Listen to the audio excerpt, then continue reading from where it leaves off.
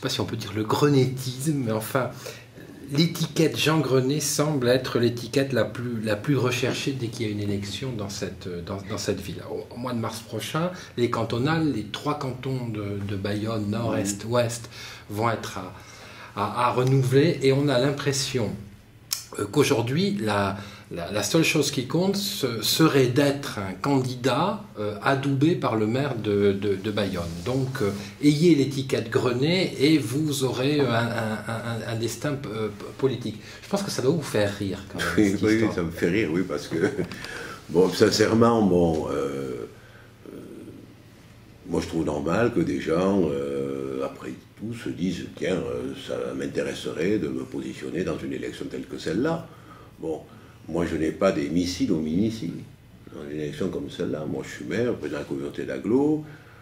Ce que je souhaite, mais très clairement, c'est que la majorité actuelle soit maintenue. Ce qui sous-tend d'ailleurs que nous gardions la présidence au Pays Basque. Car si la majorité est socialiste, c'est clair que c'est un président béarnais qui sera élu. Bon. Donc je pense que les enjeux ne sont pas neutres, bien entendu. Et donc, moi, je ne me trompe pas d'adversaire. Aujourd'hui, mes adversaires, ils sont socialistes. D'autant plus que ce sont des socialistes, je dirais, qui sont encore très ancrés dans la lutte des classes, dans tout ce dispositif, qui sont, et ils se qualifient eux-mêmes d'émanuélistes. On n'est pas avec des sociodémocrates ici, avec des gens qui sont beaucoup plus ancrés dans le socialisme traditionnel que dans l'évolution social-démocrate que portent certains. Voilà, donc, moi je fais mon chemin, ils font le leur. Je ne pense pas que le fait d'être adoubé par le maire de Bayonne soit suffisant pour être élu, sincèrement pas. Donc, moi, les socialistes, je crois, cette semaine, moi j'étais à Paris, ont annoncé leur candidat. Apparemment, bon, ils se sont partagés les postes, Daguerre étant le candidat municipal et les autres étant dispatchés sur les cantons.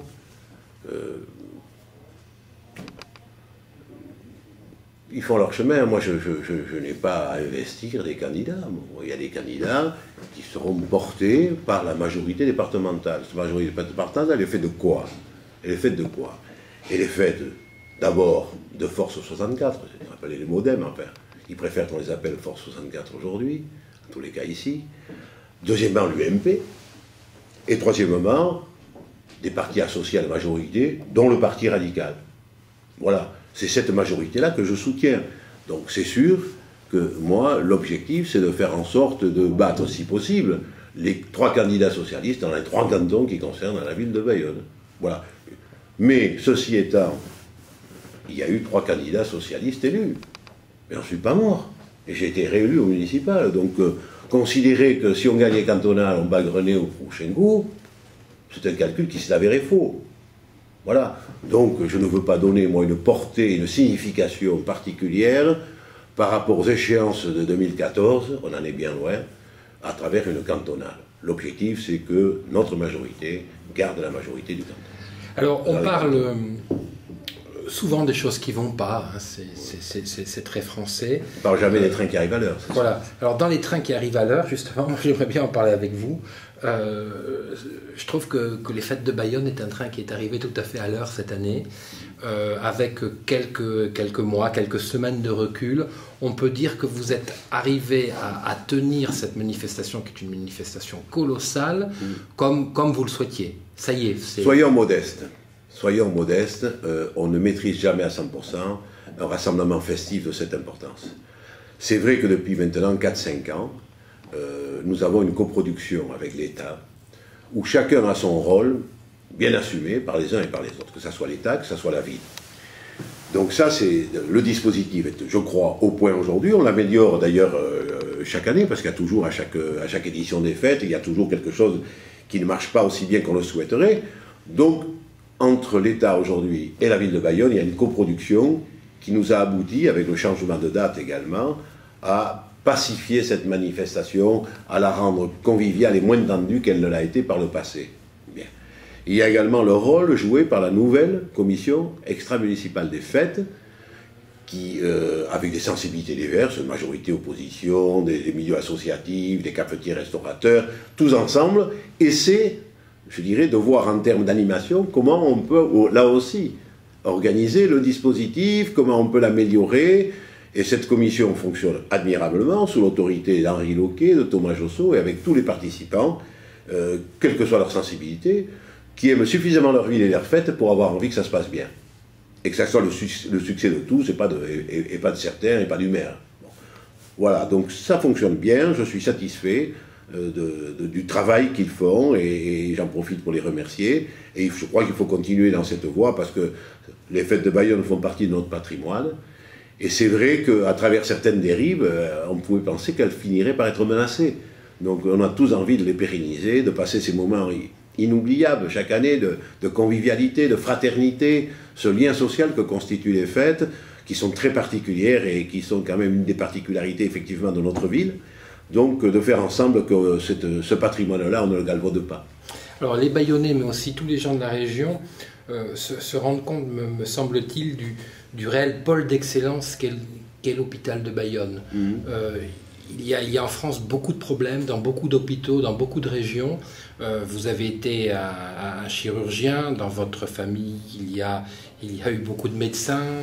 Bon, vous venez du secteur privé, certes, mais quand on voit la qualité de l'hôpital de Bayonne aujourd'hui, vous avez reçu Roselyne Bachelot qui est venue d'ailleurs le dire, je crois qu'on peut en être, au-delà de la politique, on peut en être fier pour notre région. Bah, écoutez, j'ai fait une carrière privée parce que mon père était chirurgien privé avec une clinique. Moi, j'ai fait 4 ans d'abord, j'ai fait 3 ans d'externat, 4 ans d'internat, 2 ans de clinica, donc presque 10 ans dans les hôpitaux.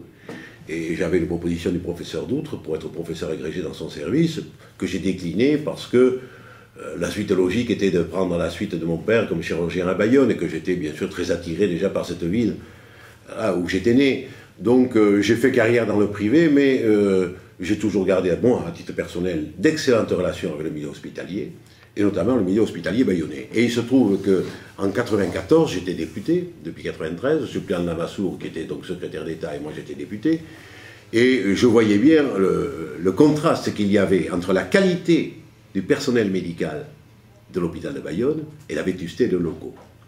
Et donc je m'étais positionné en tant que député auprès de Barrot, qui était secrétaire d'État, qui était donc ministre de la Santé, et le secrétaire d'État, je me rappelle, était donc Hervé Guémard. Voilà. Et j'étais allé les voir pour exposer le problème d'un hôpital vétuste avec un personnel médical extrêmement compétent. Et donc j'avais plaidé pour donc, la restructuration de cet hôpital, ce qui a entraîné la discussion, est-ce qu'on en construit un neuf ou est-ce qu'on réhabilite celui-là?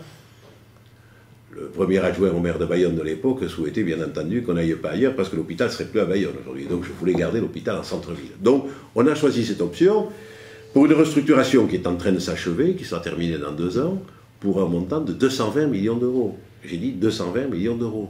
Donc requalification de l'ancien et construction du neuf. Vous avez vu que Mme Bachelot, qui est venue 2 fois en 1 an, s'intéresse beaucoup à cette restructuration, à visiter et à inaugurer la première tranche, à visiter récemment les travaux en cours. Bref, nous allons avoir d'ici 2 ans un hôpital extrêmement performant, qui est l'hôpital phare du secteur 7. Secteur 7 de l'hospitalisation en Aquitaine, c'est quoi? C'est tout le Pays Basque sauf la Soule, et tout le sud des Landes, vous avez un trait de Dax jusqu'à Vieux-Boucau, tout le sud des Landes, c'est le secteur 7. Ça pourrait faire un joli département d'ailleurs. Bien. Ceci étant, donc, nous aurons cet hôpital. Et puis quand j'ai terminé ma carrière de chirurgien en 1995, parce qu'on ne peut pas tout faire, j'étais député et maire, j'avais conscience également que cet émiettement du privé, avec toutes ces petites cliniques, qui étaient autant d'instruments de travail au service des chirurgiens qui les avaient créés, s'appelle Delay, s'appelle La Fourcade, qu'elle s'appelle Grenet, qu'elle s'appelle Compagnon, bon, que c'était un schéma obsolète. Et qu'il fallait là aussi regrouper les cliniques privées pour avoir 2 grands pôles modernes, un public et un privé d'hospitalisation, et qu'il fallait créer des passerelles entre les deux, parce que tous ces équipements coûtent horriblement cher, et donc il faut les mutualiser. On ne peut pas dire « Ah, j'ai ça à l'hôpital, je veux ça dans le privé. Ah, ils ont ça dans le privé, je veux l'hôpital. » Non, il faut mettre ces moyens en commun, les mutualiser pour que véritablement on ait le maximum de rentabilité d'équipements qui sont extrêmement coûteux. Et donc c'est ce qui se passe aujourd'hui à travers des groupements de coopération sanitaire. Et pour ce qui est du regroupement des cliniques, eh bien, il va y avoir une conférence de presse dans peu de temps par le groupe Capio, qui est porteur de ce projet, et nous allons avoir une grande clinique de plus de 300 lits à Bayonne, à Cantegrit, qui va regrouper 5 cliniques bayonnaises en une seule. Nous aurons, comme je le souhaitais, d'ici 2015, nous aurons 2 grands pôles de santé à Bayonne, ultra-modernes, avec du personnel compétent, médical. Et donc, je suis bien entendu heureux d'avoir largement contribué, je le dis parce que c'est la vérité, à la restructuration du secteur hospitalier public et privé à Bayonne.